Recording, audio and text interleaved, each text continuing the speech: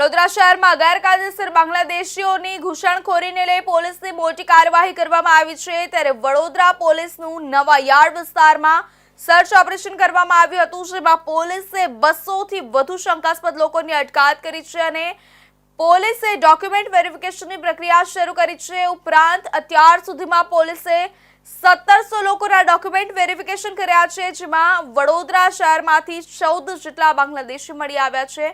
ત્યારે તમામની પોલીસની વિવિધ એજન્સીઓ સઘન પૂછપરછ કરાઈ રહી છે। કાશ્મીર પહેલગામમાં થયેલા આતંકી હુમલા બાદ રાજ્યમાં ગેરકાયદે રહેતા બાંગ્લાદેશીઓને શોધી કાઢવા ખાસ તપાસ શરૂ કરાઈ છે। છેલ્લા 3 દિવસમાં પોલીસે 1700થી વધુ શંકાસ્પદની તપાસ શરૂ કરી હતી। મોટાપાયે સોમવારે નવા યાર્ડ, તાંદલજા, ફતેહગંજ સહિતના વિસ્તારમાં ચેકિંગ કરાયું હતું। ત્યારે તાંદલજામાંથી વધુ એક બાંગ્લાદેશી મહિલા મળી આવી હતી। આમ શહેરમાં કુલ 14 બાંગ્લાદેશી વ્યક્તિઓને પોલીસે ડિટેન કર્યા છે।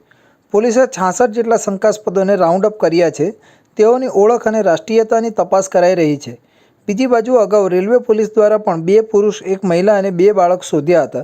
ત્યારે બાંગ્લાદેશીઓની હાલ પૂછપરછ ચાલી રહી છે। તેઓનું બાંગ્લાદેશનું સરનામું, તેઓ બાંગ્લાદેશથી અહીં કયા રૂટે આવ્યા અને ક્યારે આવ્યા અને વડોદરા આવીને શું કામ કરતા હતા, તેમજ મળી આવેલા બાંગ્લાદેશીના સગા સંબંધી તથા તેમની પાસે મળી આવેલા ડોક્યુમેન્ટની ખરાઈ કરવા પોલીસે તપાસ શરૂ કરી છે। પોલીસની વિવિધ ટીમ અન્ય એજન્સી મળી બાંગ્લાદેશીઓની પૂછપરછ કરશે। આ સાથે જ તેમના વિરુદ્ધ ડિટેન્શન ઓર્ડર મેળવી બાંગ્લાદેશ ડિપોર્ટ કરવાની કાર્યવાહી હાથ ધરાશે।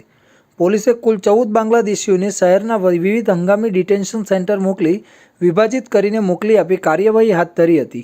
इलीगल बांग्लादेशी नेशनल्स को आइडेंटिफाई करने का एक स्पेशल ड्राइव चल रही है। उसके भागरूप में अभी तक 9 इलीगल इमिग्रेंट्स को आइडेंटिफाई किया गया है। साथ में वेस्टर्न रेलवे बड़ौदा की तरफ से भी और 5 इलीगल इमिग्रेंट्स को आइडेंटिफाई किया गया था। इन 14 इलीगल इमिग्रेंट्स को द फॉरेनर्स एक्ट 1946 के तहत टेम्पररी डिटेंशन के लिए आदेश किया गया है।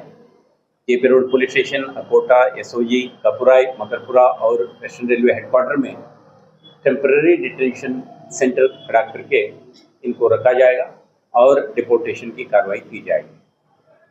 उसके अलावा कहीं सस्पेक्ट्स भी की पूछपरछ जारी है, तो इनका आइडेंटिटी, एड्रेस प्रूफ, नेशनलिटी के संबंधित दस्तावेजों को चेक किया जा रहा है। इसमें कोई अवैध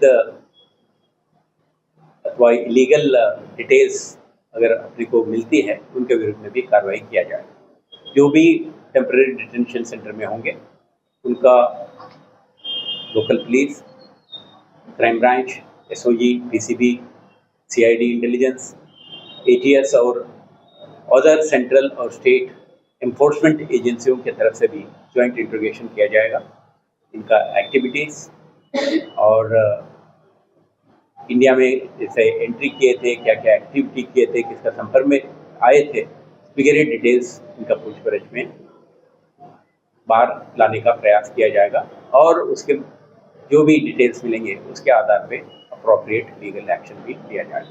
શહેર પોલીસે શંકાસ્પદોની તપાસ શરૂ કરી હતી। પોલીસ શંકાસ્પદોની ટ્રાવેલિંગ હિસ્ટ્રી તથા કોલ ડિટેલ મેળવીને તપાસ શરૂ કરી રહી છે। શંકાસ્પદો છેલ્લા કેટલા સમયથી કયા કયા વિસ્તારમાં ટ્રાવેલ કરીને વડોદરા આવ્યા છે તેમજ તેઓ કોની સાથે અને ક્યાંના રહેવાસી સાથે સંપર્કમાં હતા તે દિશામાં તપાસ